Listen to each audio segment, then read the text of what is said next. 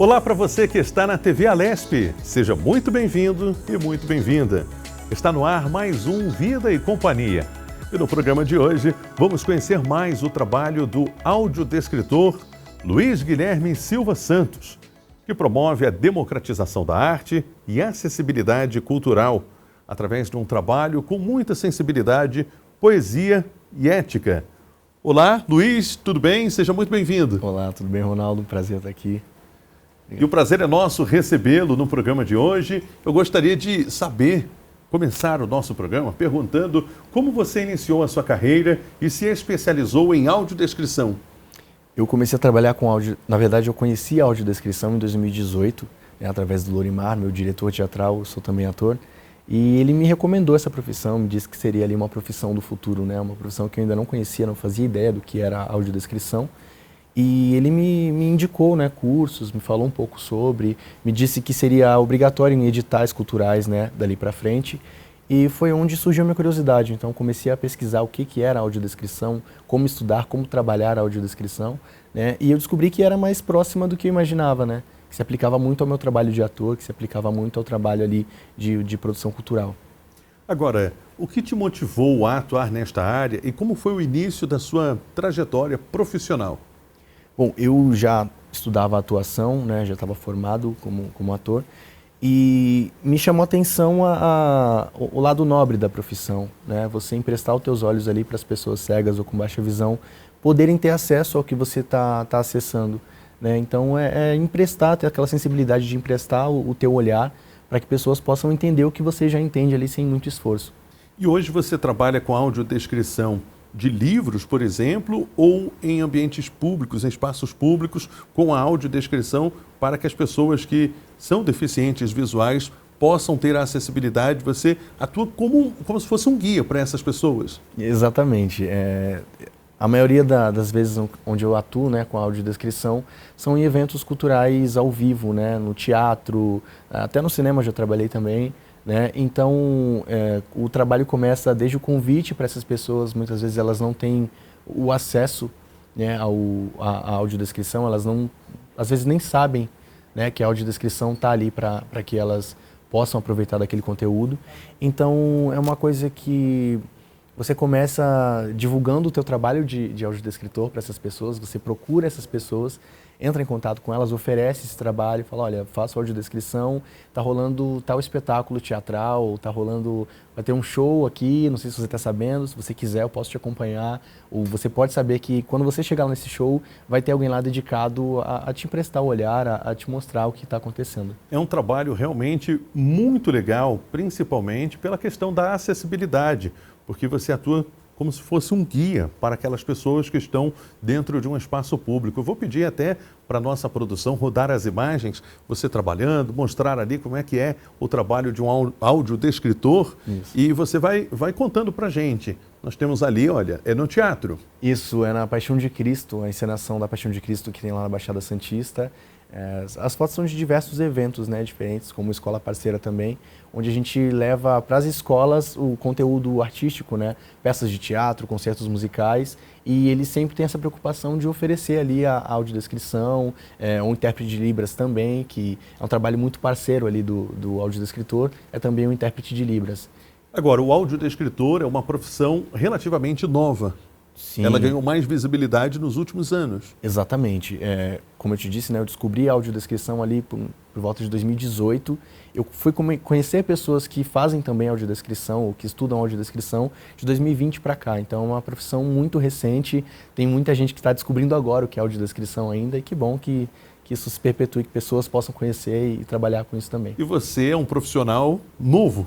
Suponho aí que seja um jovem rapaz profissional, ator profissional e que iniciou trabalhando também como audiodescritor. Como é que foi para você?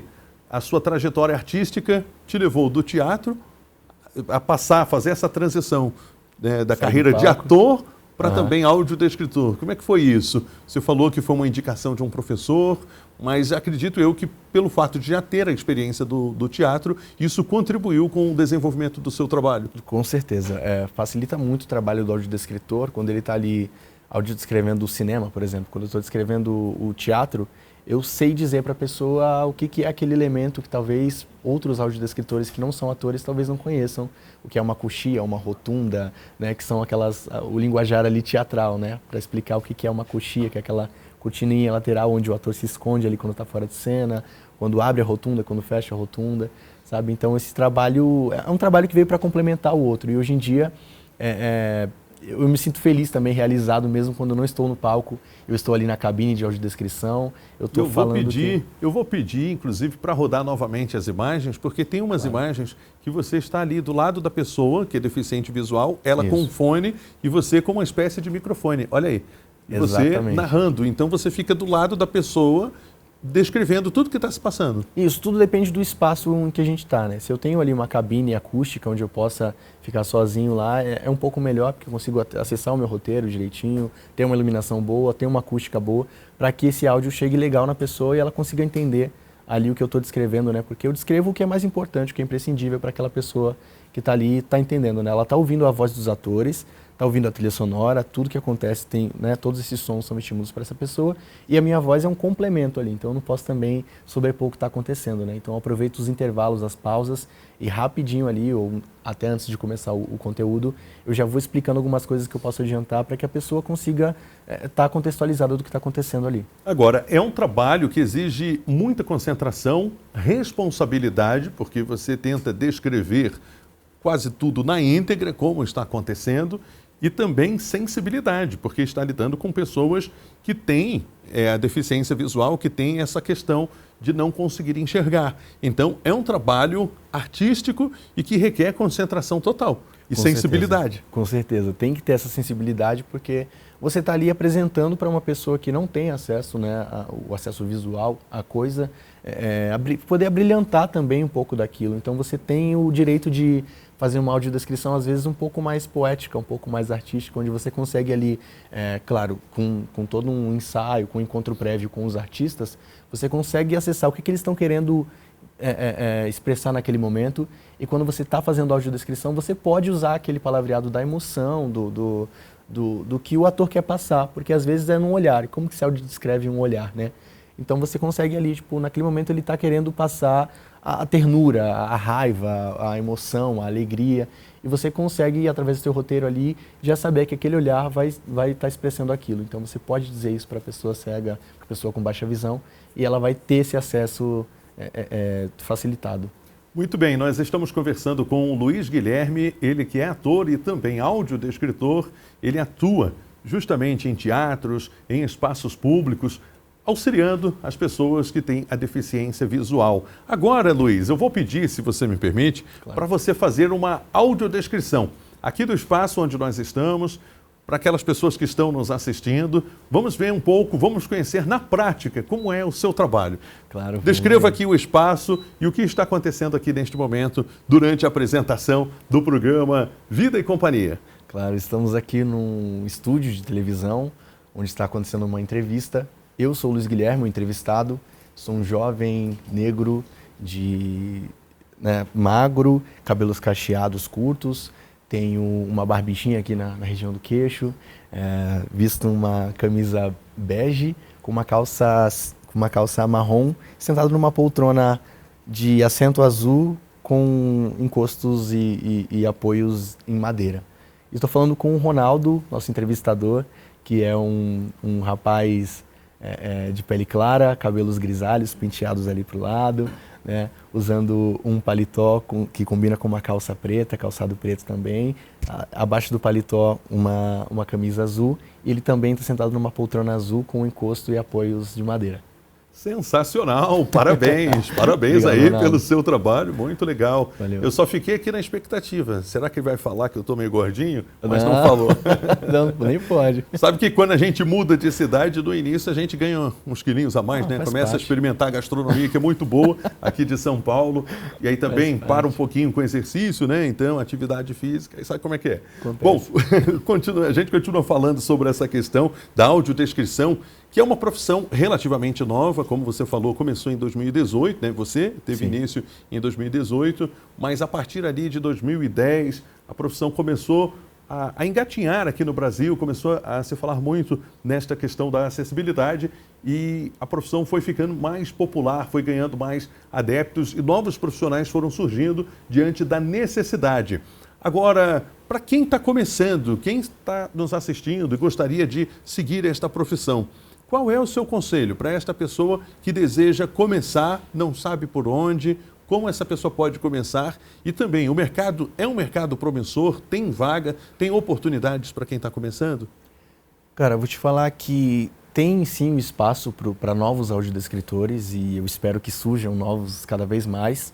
É uma profissão, como você disse, né, nova e que, da mesma maneira como algumas pessoas, como público, não sabem da audiodescrição, muita gente que pode estar trabalhando como audiodescritor ainda também não sabe como começar ou por onde começar. Eu mesmo comecei através de um site, fui lá no Gov.br, lá tem a plataforma de cursos, né, que é a Escola Virtual do Governo, a EVG. Lá tem um curso de Introdução à Audiodescrição, foi o primeiro curso que eu fiz. E lá eu conheci, fui entender, né, lá ele vai te dizer exatamente onde você pode trabalhar, como você pode começar e tudo mais. Claro, entra muito na questão da legislação, né, fala de como a audiodescrição ela passou a ser uma coisa de opcional a um pouco mais, não vou dizer obrigatória, mas que começou a ser difundida cada vez mais em projetos culturais, né, para que o acesso à cultura fosse cada vez mais democrático. Agora, a audiodescrição ainda não é uma profissão regulamentada. No entanto, vocês ainda não têm um piso salarial, a forma de contratação também, na maioria das vezes, ainda não é pela CLT.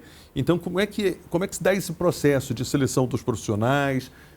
Como é que é o campo de trabalho? Vocês atuam de segunda a sexta? Vocês trabalham por escala? Freelance, PJ? Conta pra gente aí, até porque o público também tem essa curiosidade de saber como se dá um processo de contratação e um processo de trabalho no dia a dia de um audiodescritor. Claro, claro. Bom, vou falar da minha experiência e de algumas pessoas com que eu conheço, né, com quem eu já trabalhei. Muitos trabalham na informalidade, né, ali PJ no máximo, poucos CLT, um ou outro que eu conheço trabalham CLT, conseguem trabalhar de segunda a sexta com audiodescrição, trabalham em estúdio, trabalham, né, em espaços mais fechados. E da minha experiência e das pessoas que eu conheço, a gente costuma trabalhar um pouco mais em projetos, em eventos ao vivo, né? Então, é um festival de teatro, é um festival de múltiplas artes, onde vai rolar no final de semana ali. Então, são freelances, né? São trabalhos onde a gente não tem uma questão fixa, não é todo mês que você vai ter o trabalho. Tem meses que você vai ter muita coisa para fazer na audiodescrição e tem meses que é uma coisinha ou outra ali, entendeu? Quais então, são os melhores meses, a melhor época do ano para trabalhar com o audiodescrição? Dos meses que eu trabalhei, geralmente é final do ano e meio do ano, né? Onde costumam rolar bastante festivais de teatro, que é o meu carro forte, ele trabalha bastante com meu carro-chefe, né? Trabalho bastante com audiodescrição no teatro. Então, no meio do ano, geralmente tem os eventos ali de festivais nacionais, festivais regionais. E final do ano também, onde tem mostras, né? De escolas de teatro, de escolas de dança também, que eu também já fiz audiodescrição para dança. Então, a gente começa a ficar esperto ali nas épocas, começa a acompanhar um pouco mais esse calendário de outras áreas também para a gente conseguir estar presente. E você acredita que aqui em São Paulo, por ser a maior cidade do Brasil, nós estamos falando de uma capital com milhões de habitantes, 17 milhões de habitantes, aqui em São Paulo, essa questão da acessibilidade, ela é mais desenvolvida na comparação com outras cidades, principalmente cidades do interior, cidades mais distantes dos grandes centros urbanos? Essa questão da acessibilidade ainda precisa evoluir mais? Com certeza precisa evoluir, mas assim, São Paulo está anos-luz à frente da minha cidade. Por exemplo, eu moro em Cubatão, lá na Baixada Santista. E lá eu ainda tenho esse trabalho de ter que, além de divulgar nas redes, eu tenho que, às vezes, buscar as pessoas, né, o público cego em casa, ou buscar com alguns parentes, ou até, às vezes, mandar o Uber mesmo para buscar, porque a gente quer que essas pessoas tenham acesso a isso. E, às vezes, a família protege um pouco, porque, né, às vezes a pessoa numa cidade que não é muito segura, né, então para que, até numa maneira de proteger o familiar ali, às vezes a galera dá uma fechada nessas pessoas. Então, por mais que elas saibam que tem audiodescrição sendo oferecida, por muitas vezes elas não comparecem. Em São Paulo já é um pouco diferente, né? São Paulo você tem que ser independente, né? É uma cidade onde te obriga a ser independente. Você tem que, apesar de limitações ou não, você precisa ali pegar o metrô, você precisa ali pegar um Uber sozinho, ir para um canto e para outro. E aqui em São Paulo foi onde eu fiz meus maiores trabalhos, assim, meus trabalhos com maior, como é que eu vou dizer, os mais midiáticos. Maior visibilidade. Aqui. Isso. Por exemplo, o monólogo da atriz Alessandra Negrini, eu fiz em 2024, A Árvore, né? Foi aqui em São Paulo, então acompanhei ensaios, estive presente durante a temporada dela no CCSP. E no ano passado, agora no finalzinho do ano, eu fiz também o espetáculo Não Me Entrego Não, do ator Otton Bastos, né? Onde ele conta toda a trajetória dele como ator, como artista, e sensacional, muito bom conhecer essas pessoas. Que legal, nós estamos conversando com Luiz Guilherme Silva Santos, audiodescritor, ator de teatro, faz um trabalho incrível de audiodescrição para pessoas com deficiência visual. A gente vai para um rápido intervalo e daqui a pouquinho estamos de volta com o programa Vida e Companhia. Voltamos já já.